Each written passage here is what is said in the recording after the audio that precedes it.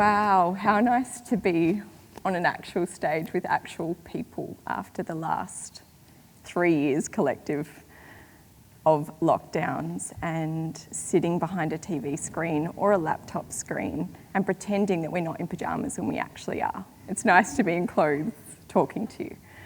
Before I jump in, I would like to acknowledge the lands that we are all gathered on today, the lands of the Wurundjeri people of the Kulin Nations, and pay my respects to elders past and present. Sovereignty was never ceded, and this is, was and always will be Aboriginal land. But more than that, I also acknowledge the deep-seated privilege that I hold, and that due to the ongoing impacts of colonisation, that I as a white settler continue to benefit from the marginalisation and oppression of Aboriginal and Torres Strait Islander peoples. With that being said, I'm about to talk about gender. And I think it would be remiss of me not to acknowledge the privileges that I hold in order to be up here having that conversation. I am, as you can see, and you're making the assumption, a white woman. I am able-bodied. I'm cisgender, I'm heteronormative, and these are all incredible privileges that when talking about gender need to be acknowledged and felt.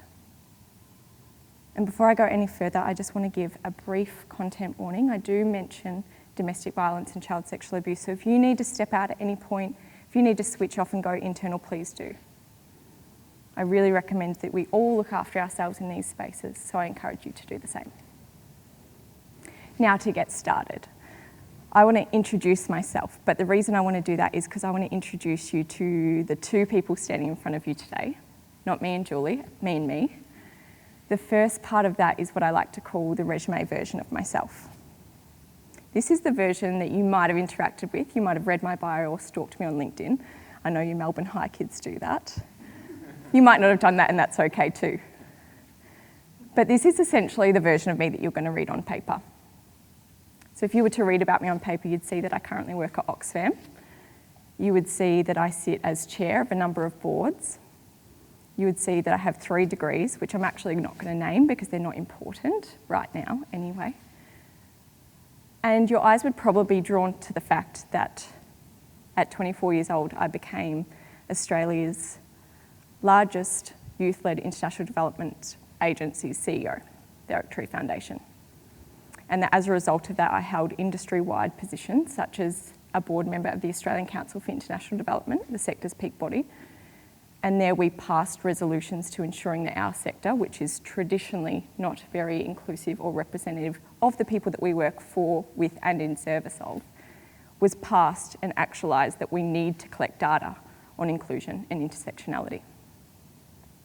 You would then look at a whole host of employment experiences and volunteerism, I'm going to say voluntourism as well, from amazing organisations and not so great organisations as well. And then you might skip down a little bit further and wade through the mess and see that even as a young person, even at high school, I was fighting to be the person that you now read about on a resume. I was school captain and house captain and debate captain and the Australian United Nations representative.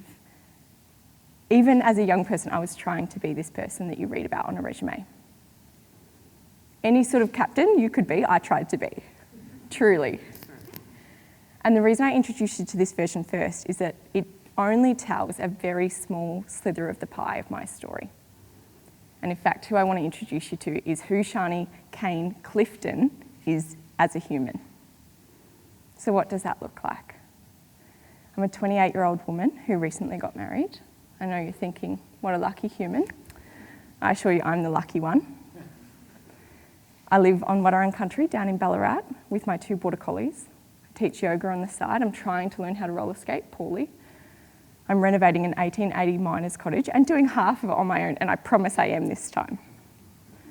And I feel powerful and capable doing something that is so out of my wheelhouse. I grew up with a single father. We grew up in rural Victoria in a place called Minyip. You might know it because a person called Eric Bana filmed a movie there. And you might not, you probably don't actually. And I grew up with 2 siblings, but I also grew up with a parent who suffered addiction and mental ill health their whole life and recently passed away earlier this year. I grew up in a rural community with a single father and I'm a survivor of child sexual abuse and domestic violence. And I don't tell you this to shock you or to make those previous achievements seem any better than they are. I tell you because I'm here to talk about gender. And as you're probably noticing, each of my personal and professional experiences are so deeply intertwined with my gender. Some of these experiences shaped who I am because of gender. Some of these experiences shaped who I am in spite of my gender. But each of these experiences deeply intertwine and interconnect with who I am, and part of that is my gender. Such a big part of it is my gender, and I'm so proud of who I am and that part of myself. So when we have conversations about moving beyond gender, what does that actually mean? Because for me, there's a large part of that that feels like an erasure, or at the very least a minimisation of these experiences. And are we in a place in history where we can actually have these conversations about moving beyond gender? At a time in the world where no country has reached gender parity, no country has gender equity. In Australia, we have an over 13% wage gap. In America, recently, Roe versus Wade was overturned. And we think about that as being a US problem. It is absolutely not. Around the world, we're facing a time where gender-based rights and sexual reproductive rights are questioned, challenged, and taken away. As someone who has the capacity to fall pregnant, as someone who is the owner of a uterus, the fact that in some states in Australia I would have to get 2 doctors to sign off on my ability to make choices for my own body, I don't think we're at a stage in time where we can have the conversations about moving beyond gender. There are so many people in our communities today fighting to have their gender affirmed and recognised and valued. We are continuing to block people from playing sport because of their gender identity. Now, I grew up in a rural and regional place in Victoria. Sport was a lifeline to my single dad, to community, to father figures, to mother figures, to well beyond that as well. Can we talk about moving beyond gender? Is that a conversation we're actually prepared to have, and what does that mean? To me, what we're actually saying is we want to move beyond the gender binary and beyond gender roles. And if we want to have that conversation, then I'm happy to have that conversation. That's a world that I believe in. Because the truth of that is, who benefits from having a conversation about moving beyond gender? But I tell you who does benefit when we have the conversation about moving beyond gender roles. It's everyone. Everyone benefits from that conversation. And we can get there. We get there by having these conversations, everyone having these conversations. We get there by looking around a room or looking around a table and saying, who isn't being heard here? And actually questioning our own privilege and power in those spaces and saying, am I the right person to be sitting here having that conversation? Because when we talk about gender, we're talking about 2 things and 2 things only. We're talking about our unique gender identity and our gender expression. Those 2 things aren't something we need to move beyond. They're not something that should be shrouded in shame or stigma.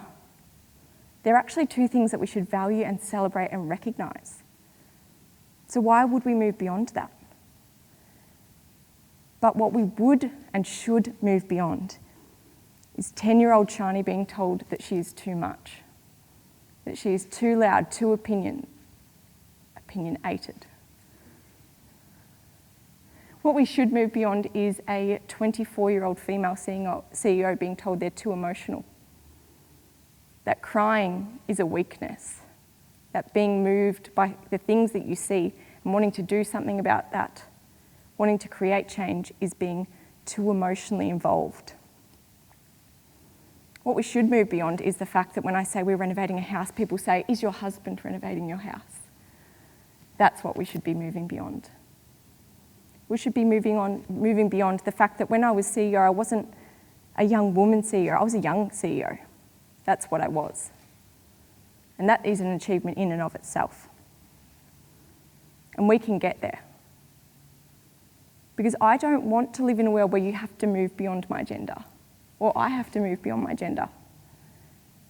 Actually, I want to be at the place where you embrace that part of me. I want to be in a world where we celebrate humans as they come with all of their intersectioning identities. not just one component of that. That's a world I believe in, and that's the world I think we're creating, because young people are not apathetic. In fact, we are deeply emotionally intelligent, caring, forward-thinking people who I believe can break the mold of gender stereotypes and norms. That's the world I want to be a part of. And that certainly doesn't look like moving beyond gender. In fact, it looks like moving towards gender. Thanks for having me.